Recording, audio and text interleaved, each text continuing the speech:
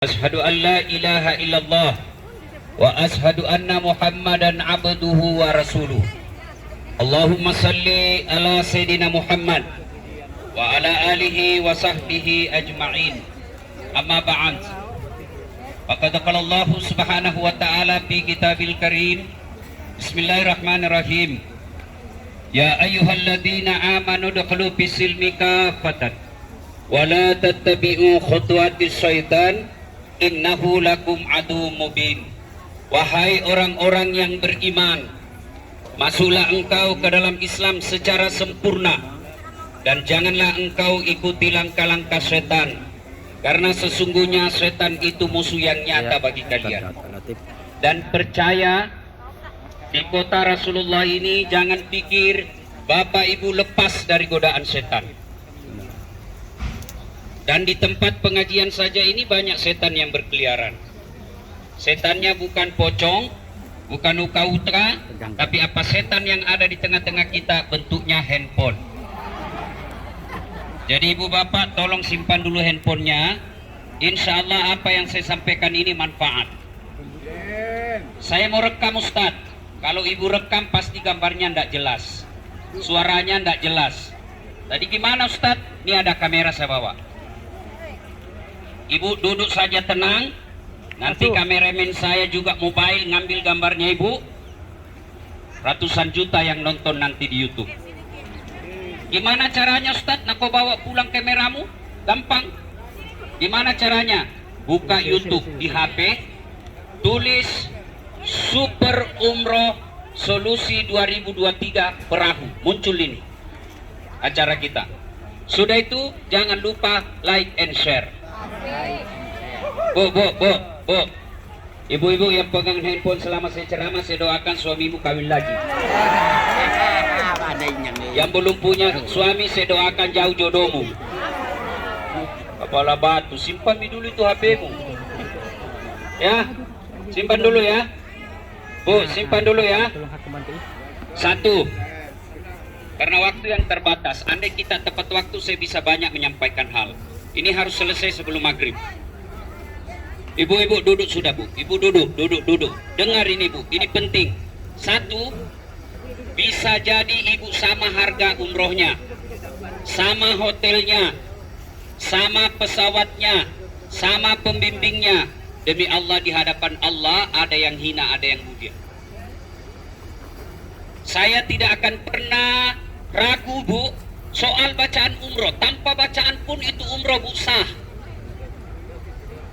Maka saya kadang-kala kasihan lihat pembimbing, biar doa saku jagat dituntun juga. Rabbana, atina.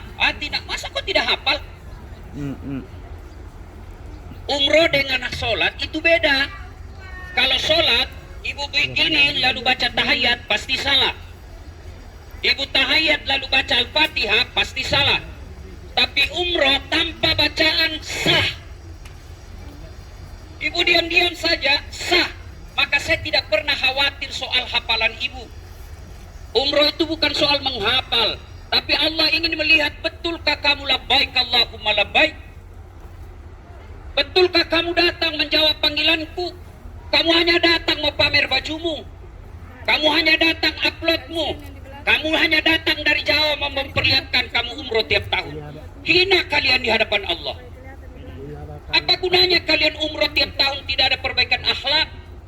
Tetap melawan suami kasar sama istri, mantu kasar sama mertua. Umurmu berapa tahun? Yakin masih tahun depan masih bisa umroh?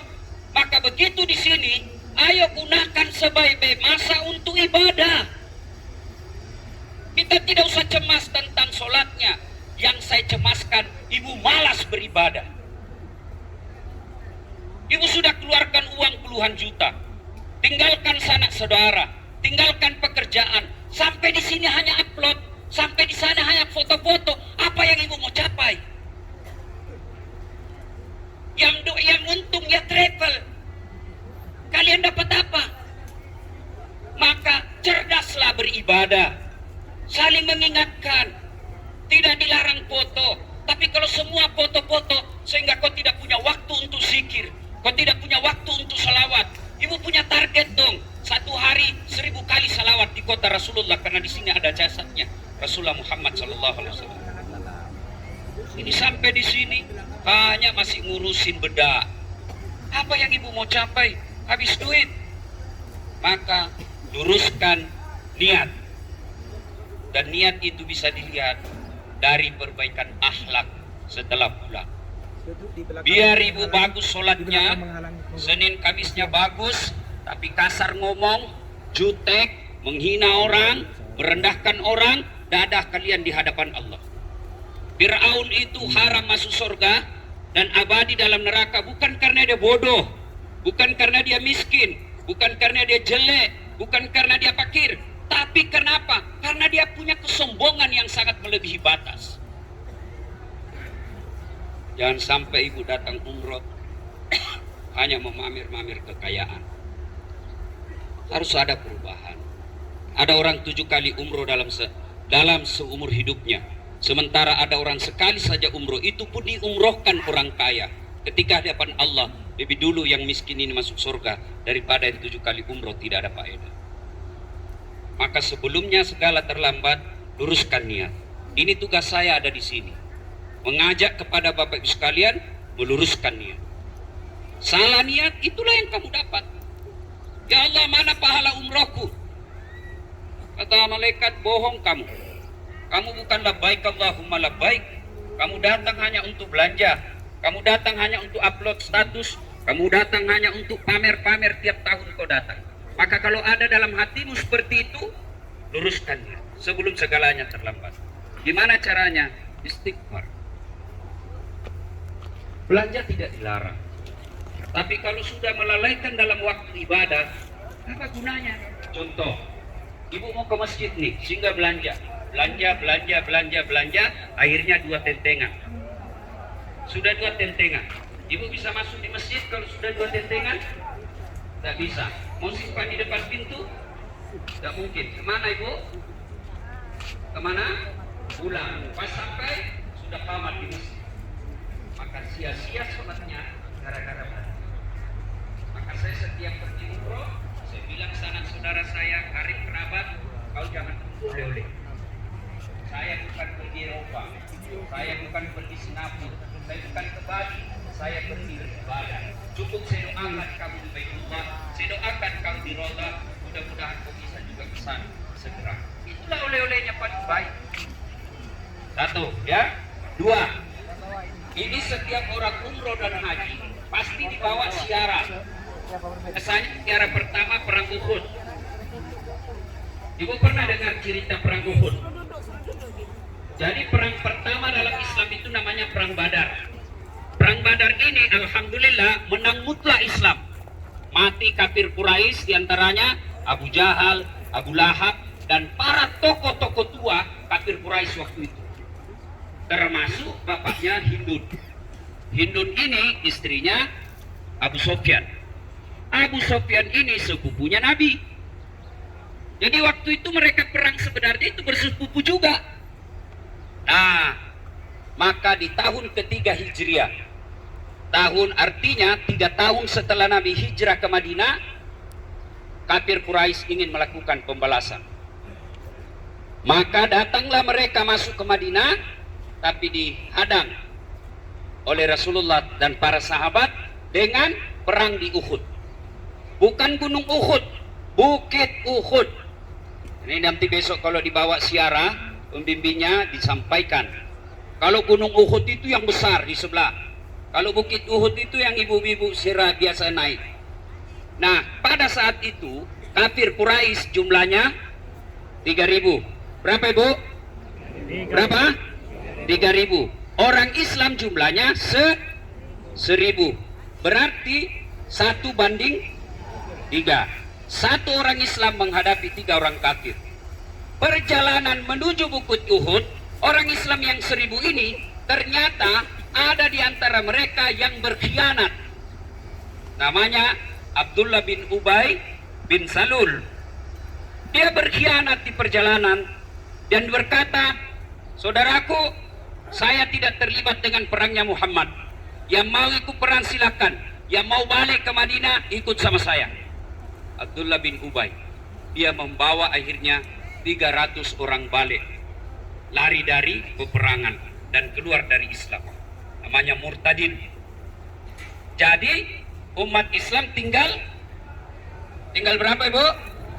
Kalau Ibu punya uang 1.000, Bu, 1.000, kemudian pakai belanja 300, tinggal berapa? 700. Sudah benar? Umat Islam tadinya 1.300 berkhianat, akhirnya tinggallah 700 melawan 3.000. Alhamdulillah, strategi perang Nabi. Nabi katakan, saudaraku, ada 50 orang di Bukit Uhud, apapun yang terjadi jangan kau tinggalkan.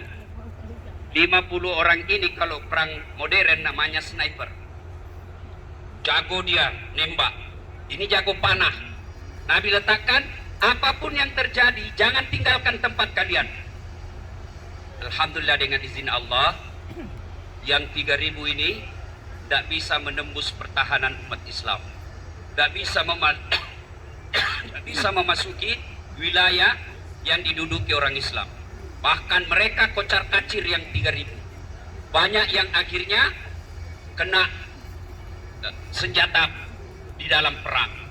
Akhirnya kafir Quraisy yang 3.000 ini kocar kacir. Nah, ketika 3.000 ini kocar kacir, umat Islam melihat ada harta ghanimah. Ibu tahu harta ghanimah? Ibu tahu harta ghanimah? Bukan warisan, harta rampasan perang. Di antaranya misalnya kuda yang ditinggal oleh musuh yang kalah, apalagi unta, apalagi baju perang, apalagi panah, apalagi pedang, apalagi dan lain sebagainya. Nah, yang 50 di bukit ini tergoda harta rampasan perang. Akhirnya dia lupa pesan Nabi, apapun yang terjadi jangan kau tinggalkan. 50 ini lari tergoda harta rampasan perang, maka tinggallah bertahan 9 orang. Dari 50 tinggal 9 orang yang bertahan. Kata kalau bahasa orang, jago lari, jago tinggalkan, mati, jago lari, sini kok. Mereka tidak peduli. Tinggal 9 ahli panah. Dilihatlah oleh Khalid bin Walid. Waktu itu Khalid bin Walid belum lagi menjadi tentara Islam. Dia melawan Muhammad SAW. Dia lihat umat Islam sudah sibuk dengan ghanimah. Akhirnya Khalid bin Walid dia putar haluan. Tadi kan pasukan dari sana tidak bisa maju. Khalid bin Walid dia putar haluan, dia datang dari arah belakang. Begitu ibarat air sungai Bah yang sangat besar, datang kekuatan kafir Quraisy, umat Islam tidak bisa lagi ngapa-ngapain, maka wafatlah 80 orang Islam waktu itu. Satu di antaranya adalah paman Rasulullah sallallahu alaihi wasallam, Hamzah. Wafat. Dan siapa yang membunuh? Wasi. Wasi ini bukan karena benci sama Islam, bukan karena jengkel sama Islam, bukan karena benci sama Hamzah, tapi apa? Dijanji sama Hindun. Hindun ini jengkel mau balas dendam sama Hamzah karena bapaknya dibunuh oleh Hamzah. Maka dia bilang sama Wasi, ahli tombak, Bu, Wasi, sini kamu. Kalau kau berhasil membunuh Hamzah, maka saya merdekakan kamu dari budak. Dan inilah cita-citanya Wasi sejak kecil. Dia mau merdeka menjadi lepas dari budak. Dan Wasi, kalau kau berhasil, seluruh perhiasan di badanku ambil. Ternyata benar. Berhasil membunuh paman Rasulullah. Dan dilihat oleh Rasulullah di atas bukit. Hamzah dibelah dadanya, diambil hatinya oleh Hindun, diiris, lalu mau dimakan. Karena dia sudah nasar, saya makan hatinya Hamzah. Tapi apa yang terjadi? Dia ambil hatinya, dia mau makan, tidak bisa dia bunuh. Rasulullah sedih. Pada saat itu Rasulullah pecah bibir beliau, berdarah dahi beliau, dan pada akhirnya umat Islam mengalami kekalahan besar karena beberapa hal. Tidak usah kita cerita lengkap. Sekarang apa pelajaran buat kita bawa pulang umroh? Satu, ibu perjalanan umroh ini banyak harta ghanimah yang menggoda ibu. Satu yang paling besar, harta ghanimah yang selalu mengalihkan perhatian ibu, handphone. Coba lihat ibu, berapa lama ibu pegang handphone daripada pegang Quran? Ibu-ibu, berapa lama ibu pegang? Coba itu saya sudah bilang tadi, tidak usah pegang handphone, masih juga pegang handphone. Itu bagian dari setan. Ibu tahu enggak kenapa ketika kita haji ada yang disebut melempar 3 jumroh? Bapak ibu tahu, melempar 3 jumroh itu 3 tempat, 3 hari, 1 tempat 7 batu. Kenapa tidak 1 kali aja, 1 hari lempar 7 kali 3 kali 3 hari? Tak, tak, tak, tak. Kenapa mesti ulang-ulang tiap hari? Kenapa? Karena Allah ingin pesankan, kamu pergi umroh perlu napas panjang melawan setan. Salah satu setan besar ketika ibadah ibu, kalau setan tidak nampak, baca basmalah lari. Tapi setan dalam bentuk handphone, semua ibu mau komentari. Ada grup SMA, grup SMP, grup komplek, grup penjual sayur. Semua kita mau komentar. Akhirnya habis waktu. Padahal ibu umroh berapa lama saja ibu? Berapa lama ibu umroh? Berapa? 12 hari. Maka simpan dulu HP-mu. Nggak juga jangan buka. Tapi kalau kita buka, itu peluang ibadah berkurang. Contoh, masuk WhatsApp-nya anak. Ma, kakakku nggak mau pinjamin motornya. Saya terlambat pergi sekolah. Bingung lagi pak. Padahal tanpa bapak atur itu, insya Allah dia bisa lewati. Jangan terlalu sering buka handphone. Handphone itu mengganggu orang beribadah. Di situ masuk. Pertama setan bilang, buka HP-mu, buka HP-mu, buka HP-mu. Sudah itu setan berhenti tidak? Baca. Setan berhenti tidak? Balas. Sudah balas, layani, lanjut. Akhirnya apa? Selama di Masjid Nabawi, lebih banyak pegang handphone yang sia-sia waktunya daripada ibu salawatan. Selama di sini bu, perbanyak selawat. Boleh selawat biasa, boleh selawat syahdu. Ya Nabi,